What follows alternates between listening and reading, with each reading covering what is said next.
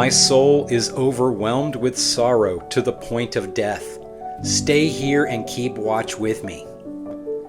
Matthew chapter 26 is a turning point in the gospel, where the plot to arrest Jesus takes shape, the Last Supper is shared, and his prayers in Gethsemane reveal the depth of his anguish.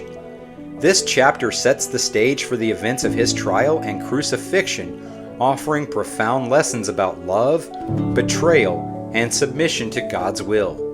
Welcome to Gospel Unlocked. We're continuing our series on Matthew's Gospel, unlocking insights from each chapter. Let's turn the key and explore the powerful events in Matthew 26. The chapter opens with Jesus predicting his crucifixion, saying, "The Son of Man will be handed over to be crucified."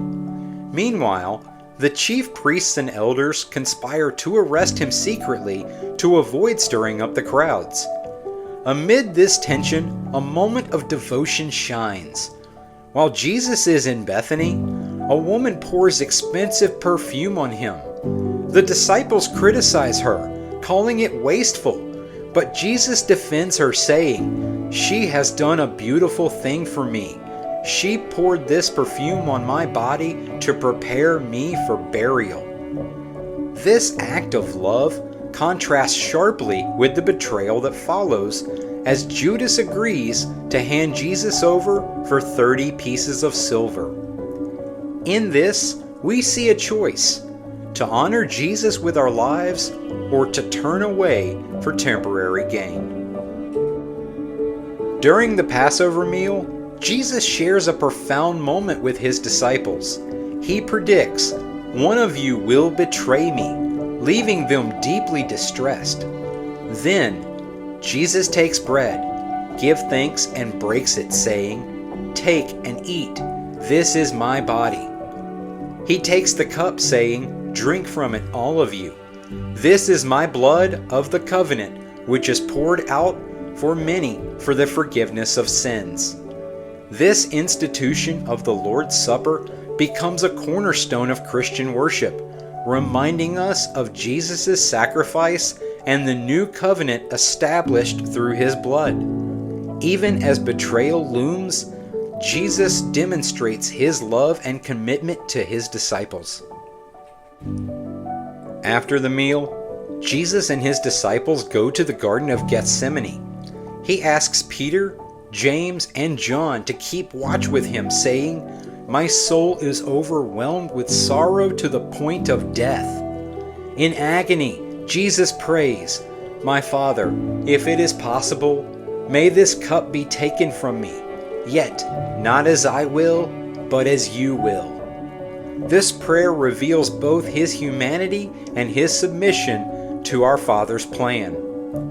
The moment of betrayal arrives as Judas leads a crowd armed with swords and clubs to arrest Jesus.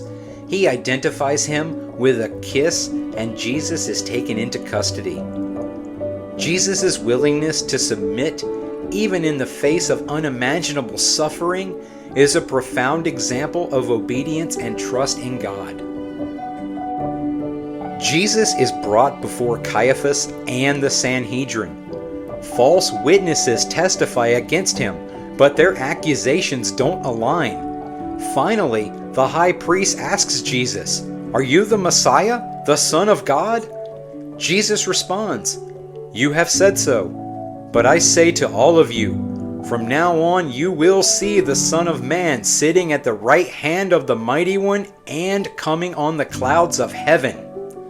This declaration enrages the leaders, and they accuse him of blasphemy.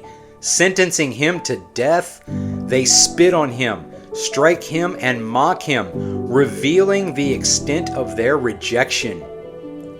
Even in this unjust trial, Jesus stands firm, testifying to his identity and mission. Meanwhile, Peter, who had earlier vowed never to disown Jesus, follows at a distance. 3 times he is recognized as a follower of Jesus, and 3 times he denies it, saying, "I don't know the man." When the rooster crows, Peter remembers Jesus' prediction and weeps bitterly.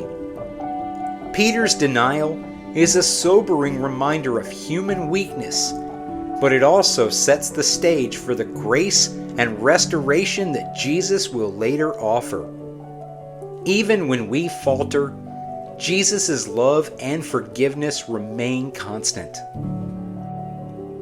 Matthew chapter 26 is a chapter of contrasts, devotion and betrayal, sorrow and submission, denial and faithfulness. Through it all, Jesus demonstrates his unwavering love and commitment to the mission of salvation. Thank you for joining me on Gospel Unlocked, and I look forward to unlocking more of Matthew's Gospel with you as we continue this journey together.